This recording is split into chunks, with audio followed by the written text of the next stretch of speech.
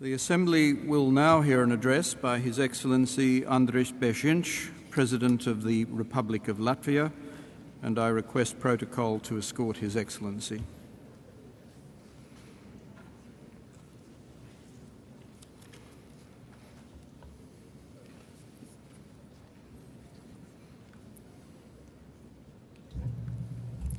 On behalf of the General Assembly, I have the honour to welcome to the United Nations His Excellency Andra Bērziņš, President of the Republic of Latvia, and to invite him to address the Assembly.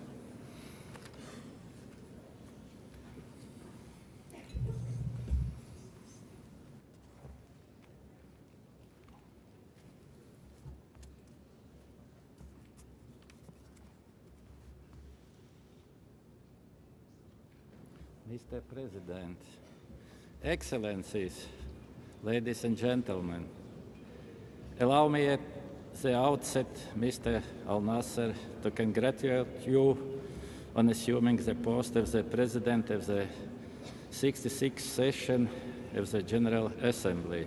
Your Excellency, I assure you of the fullest cooperation of the Latvian delegation. Mr. Secretary General, I congratulate you on your re-election on this honourable post for the second term. I wish you all the success and strength in guiding the organisation and the Secretariat in all their complex tasks. I warmly welcome the State of South Sudan as the 193rd member of the United Nations. Mr. President, Latvia has always supported strengthening the United Nations as the only truly global, universal international organization. However, the UN must change and adapt to the new realities in order to deliver the best results and sustain its influence. The revitalization of the General Assembly, the reforming of the principal organs is essential for the UN in order to keep pace with the modern realities in the world and to make the whole work of the UN more effective. This will allow consistent adherence to the principles of sound budgetary discipline and the fair distribution of expense among the member states. In the context of the global economic slowdown, we welcome the initiative of the Secretary General to cut the UN budget for 2012-2013 by 3%, and we look forward to a constructive discussion on this matter. The reform of the UN Security Council is long overdue. We call on all partners to work sincerely on this important issue. Latvia is ready to assume greater international responsibility and is planning to engage more actively in the work of the UN Security Council by putting forward its candidature for the non-permanent seat. Mr. President, this year marks the 20th anniversary since Latvia joined the United Nations after regaining independence. In these 20 years, we have undergone a complete transformation from a Soviet-occupied European country with no trace on the political map. Latvia has re-emerged as a country with stable democratic institutions, a member of the UN, the EU, and NATO. From a closed, regulated system, we have developed an open, liberal market economy. From a totalitarian regime, we have grown as a democratic society where the rule of law and human rights are respected. Now we are able to share our transformation experience by helping other countries in their own development. Mr. President, important changes have started in North Africa and the Middle East, often called the Arab Spring. People have gone to the streets demanding democratic reforms and influence on the future development of their countries. The international community has to support these aspirations and assist in building stable and trusted democratic institutions and establish the rule of law. We welcome the timely reaction of the UN to the events in Libya, such as the decision of the UN Security Council to provide humanitarian and security assistance, as well as the referral of the case to the International Criminal Court. Latvia has recognized the National Transitional Council of Libya and supported the decision of the General Assembly to allow it to represent Libya at this session. Joint action is crucial, and we hope that UN, with relevant regional involvement, will continue to play its leading role in Libya. We support the UN Security Council presidential statement regarding the events in Syria and the Human Rights Council decision to dispatch urgently a special mission to Syria. The message is clear. Violations of human rights and the use of force against civilians is totally unacceptable and strongly condemned by the international community. We look forward to an appropriate follow-up on this issue in the Security Council. Today, the international community has a historical responsibility to make the Middle East a safer, more prosperous, and more democratic place to live. We must support the Middle East peace process with an aim of two states, Israel and Palestine, living side by side in peace and security. Latvia strongly encourages both sides to resume dialogue without delay. Sustainable peace is possible only if the Israelis and the Palestinians reach an agreement that takes into account legitimate interests of both sides.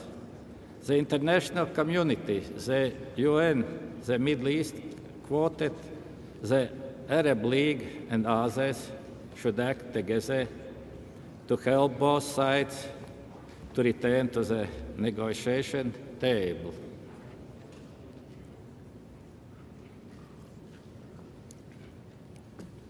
Mr. President, turning to sustainable development, I would like to stress that we have a responsibility to future generations for the preservation of the natural environment in the world. This responsibility includes an obligation to ensure that resources available to us now are used in the most appropriate way. In order to address the challenges induced by climate changes, joint global action is needed with regard to emission reduction and global warming. The next UN climate conference in Durban will take important decisions later this year. The agreement on climate change action should be a reasonable compromise that is acceptable for the majority of participating parties and does not exclude any of major economies.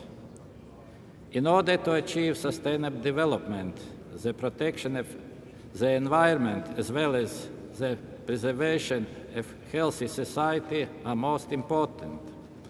However, in the 21st century, we face a new challenge, non-communicable diseases. We commend the high-level meeting on the prevention and control of non-communicable diseases and the adoption of the political declaration. We hope that we will have an effective follow-up process. Mr. President, the economic crisis has reminded us that we live in an interdependent world. We are deeply worried by the level of uncertainty and volatility in the international trade and financial markets. The primary responsibility for prudent governance is at a national level. However, in the current situation, the international community must once again act together and find sustainable stabilization measures in order to prevent another downturn in the global economy. My country, Latvia, was one of those hit first and hard by this crisis, but now is among the countries that are steadily recovering. Our GDP is growing again, and unemployment falling. The recovery of the Latvian economy can teach us several simple lessons. Firstly, the importance of acting quickly and decisively in adopting austerity measures. Secondly, to carry out structural reforms. There is a strong need to communicate and to engage with society. Finally, of course, the value of international solidarity. Mr. President, we face a large number of transnational threats, including terrorism. This year, we commemorate 10 years after the tragic terroristic attacks of 11 September 2001. We express our solidarity and sympathy with the victims of 9/11 and others who have been affected by terrorism all over the world. As we combat terrorism, we must also analyze its root causes. Our aim in Afghanistan is to help to stabilize the security situation and to build local democratic institutions. This will empower the Afghan government to take over responsibility for security throughout the country by 2014. A sustainable solution in Afghanistan can only be found if regional actors, including Central Asian countries, are part of the process. Joint action is needed to unlock economic opportunities, strengthen regional security cooperation, to develop infrastructure and transport corridors to connect Afghanistan with the region and the rest of the world. Mr. President, in addition to the role of the UN in maintaining the international peace and security, the importance of regional organizations is increasing. In this context, we draw your attention to the protracted conflicts in Europe, in Transnistria, Abkhazia, South Ossetia, and Nagorno-Karabakh. Regional organizations, in this case the EU and the OSCE, must continue working to seek peaceful solutions. Good cooperation with the UN is crucial.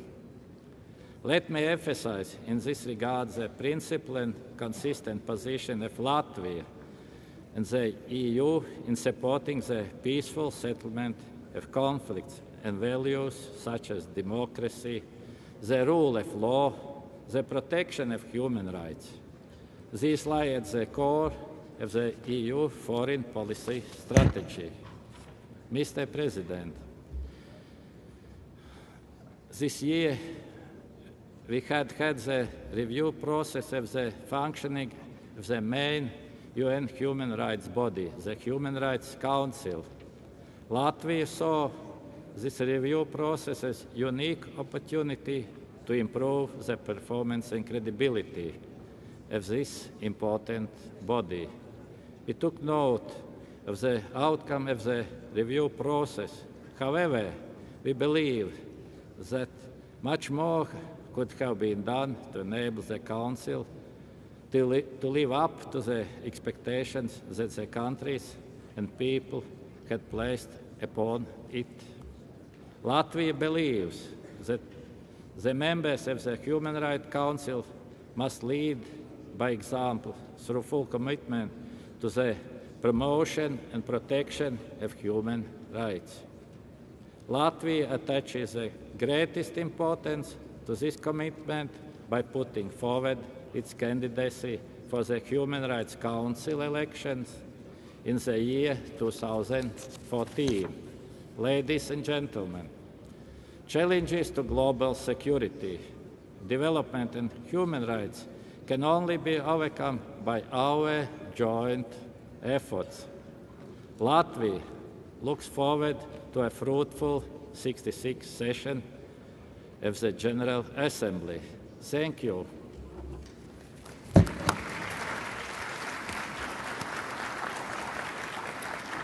On behalf of the General Assembly, I wish to thank the President of the Republic of Latvia for the statement just made.